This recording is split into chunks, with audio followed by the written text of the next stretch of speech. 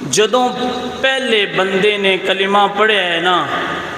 اس دھرتی دے اتے لا الہ الا اللہ محمد الرسول اللہ، اس وقت ہی سوچ ایک پیدا ہو گئی سی کہ کلمے دی بنیاد ایک علیحدہ ملک بنایا جائے گا۔ اور پھر اس تحریک دا بڑے بڑے صوفیاء حصہ بنے، اولیاء حصہ بنے۔ ان حضرت داتا گنج بخش علی حجویری رحمۃ اللہ علیہ آپ نے جدوں اعلان حق فرمایا، حضرت خواجہ معین الدین چشتی اجمیری رحمۃ اللہ علیہ آپ جدوں لکھاں لوگاں نو کلمہ پڑھا رہے سن، حضرت بابا فرید الدین گنج شکر رحمۃ اللہ علیہ آپ جدوں دین اسلام دی تبلیغ فرما رہے سن، حضرت مجدد الفسانی رحمۃ اللہ علیہ آپ نے جدوں اس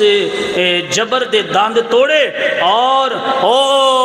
اکبر بادشاہ دے دین نو ختم کر کے دین مصطفیٰ دی تجدید فرما کے دوبارہ مسلمانوں دین مصطفیٰ وچ خرافات ختم کر کے عطا فرمایا، حضرت امام فضل حق خیر آبادی رحمۃ اللہ علیہ آپ نے برطانوی سامراج دیاں جدوں نیندراں حرام کر چھڑیاں اور ان دی اکھاں دے وچ اکھاں پا کے پاکستان دی تحریک دے اندر شامل ہوئے۔ بھائی یہ ہستیاں ہیں اور میں خوش ہوں اس چیز دے کہ رب کعبہ دی قسم ہے پاکستان بنانے دی اندر او حضرت داتا گنج بخش علی حجویری ہون، خواجہ معین الدین چشتی اجمیری ہون، بابا فرید الدین گنج شکر ہون، علامہ فضل حق خیر آبادی ہون، حضرت مجدد الفسانی رحمۃ اللہ علیہ ہون، یا مفتی کفایت احمد کافی ہوئے بھائی، یا مفتی عنایت ککوروی رحمۃ اللہ علیہ ہون، یا حضرت محدث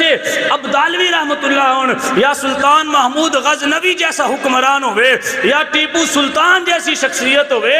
یہ وہ لوگ نے جڑے اس وقت بھی بھائی اے اس ہی نظریے دوتے قائم ہے جڑے سوچ اور عقیدہ میرے نبی دے صحابہ دا سی، اور اس دور دے اندر اللہ نے اہل سنت نو عطا فرمایا ہے۔